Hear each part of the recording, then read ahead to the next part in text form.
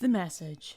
When you look at something as timeless as storytelling, we can't help but reference popular media, the stories we are familiar with.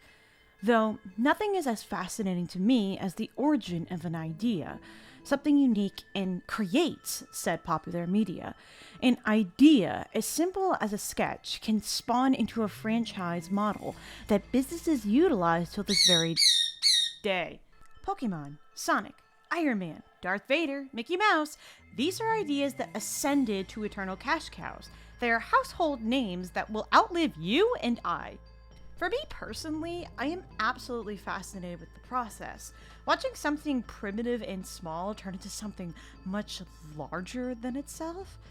The idea can evolve or devolve from its original meaning. And I find there is no better topic to start this fun origin dive than to a franchise that I personally enjoy watching and exploring. The Handmaid's Tale.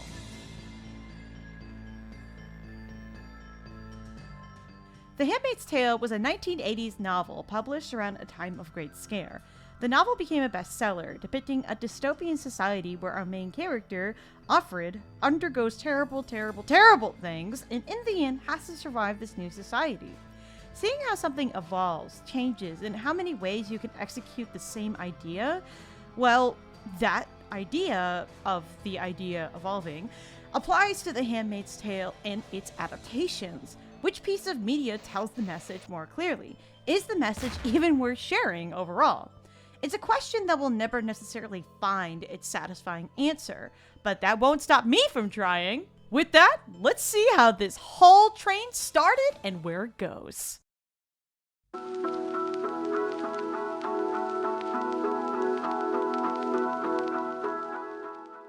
The original intent of the 1985 novel by Margaret Atwood was to depict a dramatization of how modern society was going, and that if current trends of the time were to continue, women as a whole would be regressed back to lacking rights, a voice, and worse. You know, I don't want to sound too much like a chauvinist, but when I come home and dinner's not ready, I go through the roof. A what-if story, if you will. Of course, there are many other interpretations of this intent, but we are focusing on the sole idea and its raw intention, straight from the author's mouth. For anyone unaware, The Handmaid's Tale is told in first person by a woman forced to become a handmaid, an aforementioned breeding program instituted by the Republic of Gilead, a theocracy founded by right-wing militants following their disposing of the United States. We learned that the birthing rates in America were at record low, mostly due to chemical spills, nuclear incidents, and other environmental disasters, though Gilead's most staunch believers blame homosexuality, women's liberation, birth control, and abortion as the true culprits. We only ever know this woman is Parmerdue, derived from the words of and Fred, or belonging to Fred, the first name of her commander. Every handmaid, or woman to be proven fertile, receives a new name in this way, depending on which commander they serve. The novel is overall introspective, as Offred describes what daily life as a handmaid looks like, while at the same time sharing her remembrances of the time before. There is a moment where Offred reads the phrase, "Nole ta te bastardes carbor andordum." I think I said that right. Which is sort of Latin phrase meaning, "Don't let the bastards grind you down." Offred does not follow this phrase, an important fighting key piece to previous handmaids in this world. This is essential to Atwood's overarching commentary on the nature of patriarchal oppression of women, how men in power grind women down. It's a dark spiral of hopelessness, depressing realities that the main character falls under more and more. Offred recognizes she has no power in this society. Her fate is decided by others, men especially. Offred makes this resignation even more blatant in a passage a few pages before her narrative's conclusion. "I resign my body freely to the use of others. They can do what they like with me. I am abject. I feel, for the first time, their true power."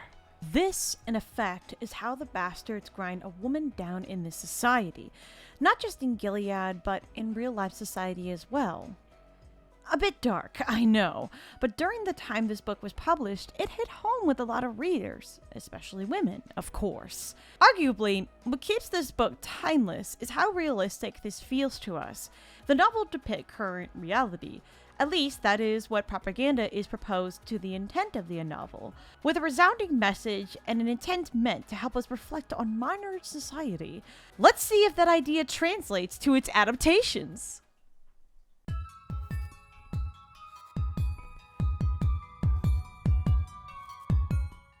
The Handmaid's Tale, a 1990 movie, starred Natasha McGovern as the main character, and overall the movie itself is a bit of a mystery.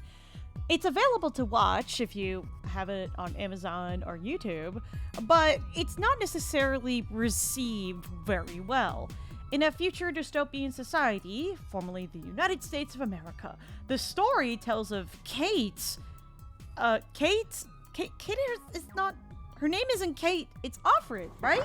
No, her name is Kate, apparently. Okay, all right. So this movie tells the story of Kate, a handmaid. Kate is a criminal guilty of the crime of trying to escape and sentenced to become a handmaid. Handmaid's sole function is to bear the children of influential men whose wives, like most women, have been rendered infertile due to pollution. After rigorous group training by Aunt Lydia, aunts, by the way, they train and discipline the handmaids, in the proper way to behave, Kate is assigned as handmaid to the commander. Kate is attracted to Nick, the commander's chauffeur. At the same time, a resistance movement begins to challenge the regime. Well then, outside of being the most 1980s looking movie ever made, the movie takes time to alter ideas from the book to its material. I'm all good for updating material or changing it if you feel like the message can be said better. And Atwood did like the movie's script originally. Kate takes a different approach though. Instead of a slow spiral of hopelessness and kind of a very depressive message, we instead see a story of hope. It keeps the essence of the book but changed it in order to make it much more of a movie, so it's much more of a thriller mystery. What's going to happen next? The ending of the book is dramatically changed and she's much less of a passive character. But the message itself gets lost because there's a lot more motifs and cliches put into the movie that is made to aspire a more general audience, and in turn it kind of just becomes not as entertaining. It doesn't serve the message to us like the novel did. Though I will say Nick is sort of, I want to say, a bit unhinged looking at this. Anyway, moving on.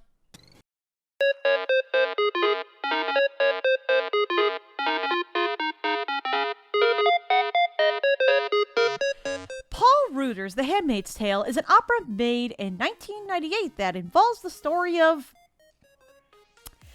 Okay, I tried to watch this, but apparently this opera is still on ongoing production, and there is no recording of this show in any platform. Trust me, I looked. This ominous trailer is the best I could find, and there are a few clips on YouTube, but it's in pieces. It's not the whole story, so that's fun. There's also songs on a CD for anyone to listen to, so I could interpret the story from the music into an animatic, I guess. I'm an uneducated dummy that doesn't understand opera speak, but from the clips that have been posted from the show, it's more close to the novel than the movie is. It does serve the tale to be just as dark, terrifying as the novel itself was. There's an underlying tone over the entire production, especially when you listen to the music. It serves to deliver the story where Offred stays at the center storyteller. The music is extremely dramatic, but that's the point.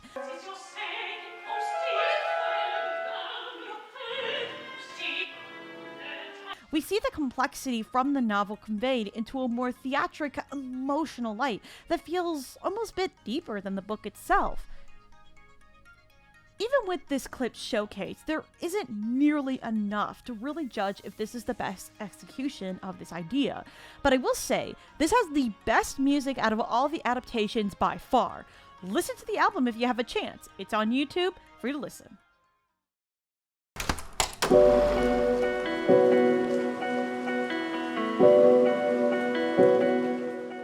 The Handmaid's Tale, the ballet, premiered on the 16th of October 2013. Like the opera, there's not a recorded showing to see. There's even less information on it outside of one clip I found on YouTube. From what I can gather, this show is adapted from the novel similar to the opera, although the costume design is very different. Choreographer Lila York preserves the horrific spirit and human story in her powerful and poignant interpretation.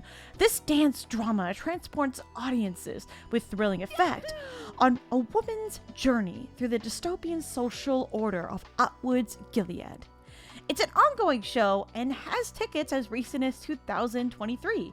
Because I can't easily access this dance and judge the interpretation myself, this really can't be compared like the opera. But it is worth mentioning, these are pretty large productions after all. The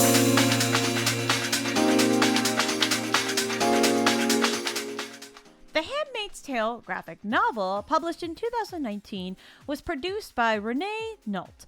The graphic novel doesn't really remove itself from the novel. It's basically the same exact story, but now with visuals. And it's also a smaller book. Each page is done in ink and watercolor, and it isn't really structured like a standard comic either. Some pages have words slipping out of the frame. Some characters break the frame entirely, which is meant to enhance the experience and further the narrative's undertones. Unlike the opera and the movie, the graphic novel takes a slightly different approach to the costume design of the characters. The world is extremely raw and almost visually a dream. Its experimental approach has deemed the entirety of the novel as both a unique experience while still reading the same story.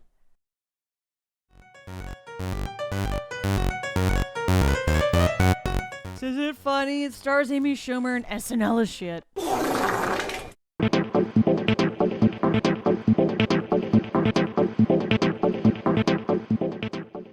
I'm mentioning audio productions as a whole because there were several adaptations of the book in radio and of course the audiobook reading that you can easily hear off of Amazon. No, this video is not sponsored by Audible. The audiobook is an adaptation of the book, but the source material doesn't change at all, and it's simply putting a voice actor to the words of the page. It's an audiobook, but it's the same exact story. I'm only mentioning it because it's still technically an adaptation. There's actually plenty of audiobooks over the years that have been made for The Handmaid's Tale. The radio shows that did audio adapt this book, however, did add their own spin to it. In the year 2000, BBC Radio had an audio drama of the novel. John Dryden, the audio producer of this drama, did a radio show where characters were voiced by different actors. Sound effects were implemented, and for its time, the audio drama was extremely impressive for what it was delivering. After listening to the audio, I can happily say that this is indeed a really nice way of enhancing the original experience of the novel. Granted, the audio, I guess, could use some work, but given how old this audio drama is, I'm giving it some slack. Honey, I'm gonna put Daisy in her seat. Yeah. Come on, sweetie. She comes back to me at different ages. This is how I know she's not a ghost. There are several other audiobook narrations of the novel that have been created, but again, it's not necessarily adding their flavor to the book. It's simply reading the novel, which is what makes the radio adaptation, or rather the radio drama, in particular stand out as its own adaptation dimension.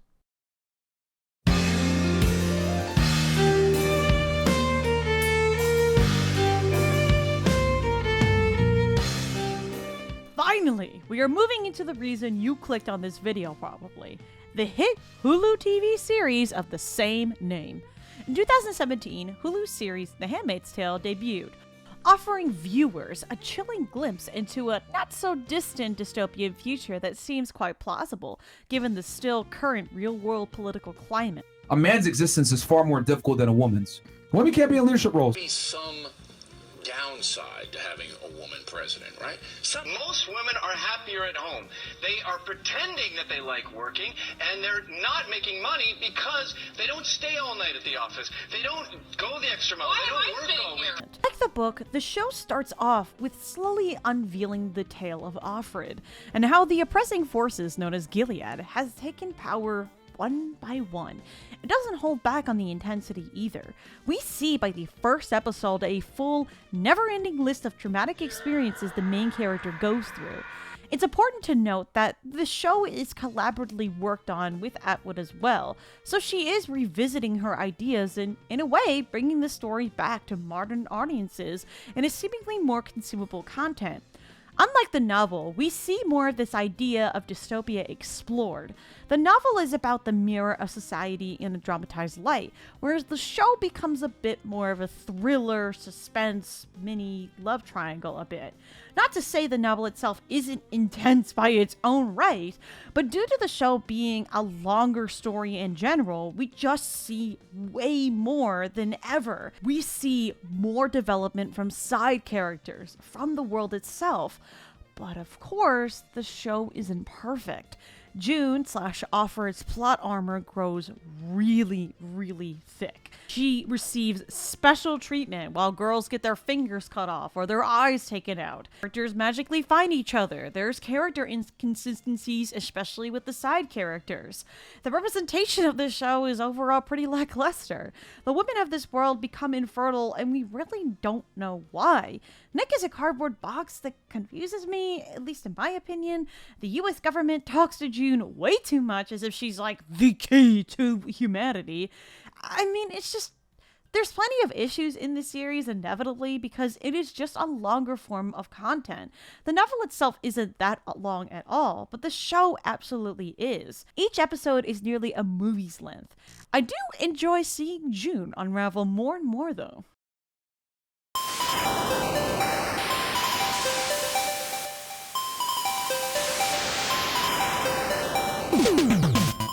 Okay, so I don't want this video to take forever to make, so I've combined smaller, lesser-known production adaptations of the media as something to mention. And if you're thinking, wait, why don't you just include the opera and the ballet in this section then? It's because the opera and the ballet are still ongoing productions, whereas in this section, it's about adaptations of the past that are not accessible, not running, and how do I put this? Oh! There was a stage adaptation written and directed by Bruce Shapiro, played at Tufts University in 1989. This was probably the first stage play of the book since its release, and it wouldn't be the last. Another stage adaptation happened after a decade, developed by Brendan Burns for the Haymarket Theatre in England. The play itself was toured across the UK around 2002. There was a one-woman stage show adapted from the novel by Joseph Stollenwerk premiering in the US in 2015. And that's all that's worth mentioning right now.